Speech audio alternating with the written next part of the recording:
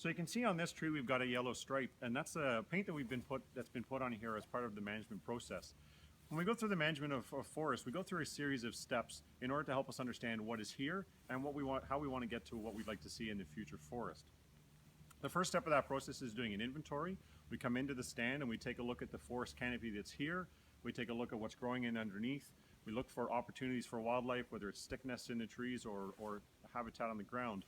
And we all use all of that information to help us write a silvicultural prescription, which is written by our professional forestry staff.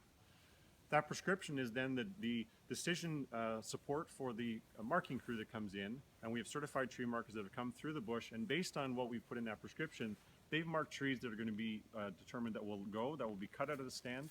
And we also identify trees that need to be saved. For example, trees that might provide food for wildlife, or they may have a nest in them.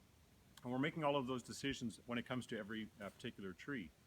We never take more than 1/3 of the stand at any given time. We're doing a selection cut, and the idea here is to open up the canopy so that the trees that remain and the overstory have more space to grow, but there's also more light at the ground level in order to encourage trees to grow up and produce that future forest that we're looking for here.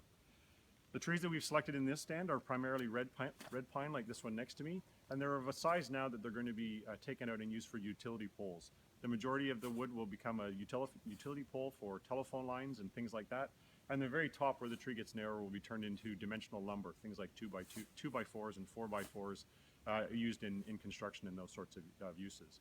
So that's how we make decisions in the forest and how we let the logging contractor know which trees are going to be going in the harvest.